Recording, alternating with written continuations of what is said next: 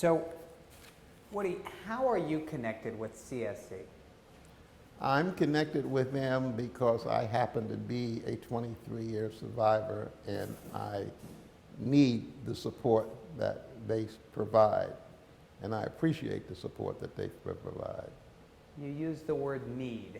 Why do you need the support? Well, as a survivor, you know, you have to, it allows me to be around other survivors in which have gone through what I've gone through, or have gone through more than I'm going through.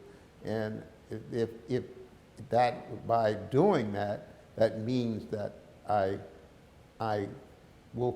can continue to survive, and I can see others that are surviving. To this space, what goes through your mind?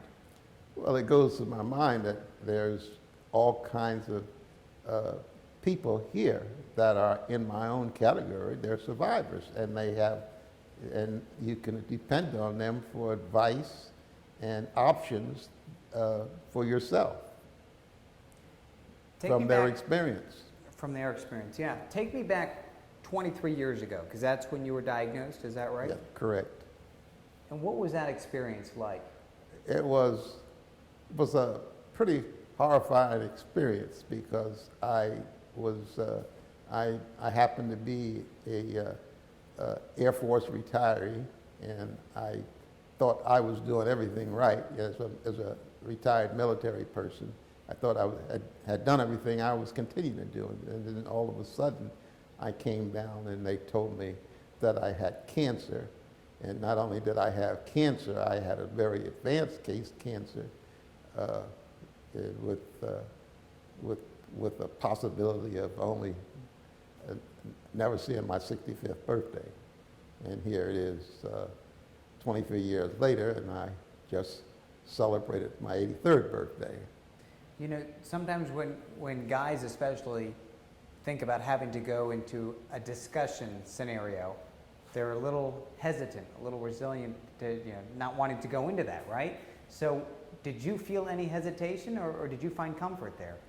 I didn't find any hesitation, and I found lots of comfort because of my family history. In my particular family, my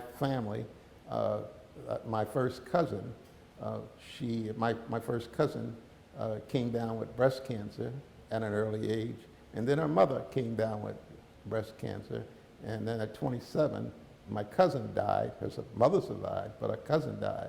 And then we started talking about cancer in the family.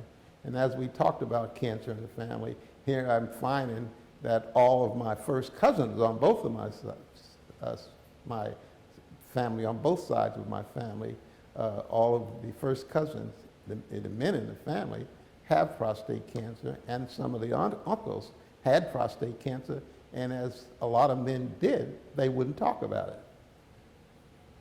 Why is it important to talk about it? Well, when you, it's a thing. When you talk about prostate cancer, you got to be very frank, upfront, and personal about it. And a lot of men don't want to talk about. When you think about it, go back 23 years. A lot of men didn't want to talk about anything that interrupted their sex life or their sexuality temporarily. Yeah. So you come into this setting 23 years later, you're still part of it. Yes, I am. Why haven't you detached? Because I think I owe it. I think I have a responsibility to make sure that I pass the word on to newly diagnosed men that this is not a death sentence for them, and I use myself as an example. Like I tell them, hey, look, here I am, 23 years later, given 5 years, and I'm still here, cancer free. Then don't take it for granted that this is a death sentence, or because it isn't.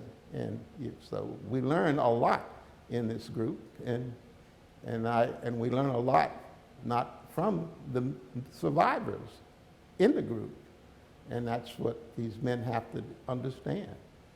Describe in one word this place. in one word, I would say gratifying.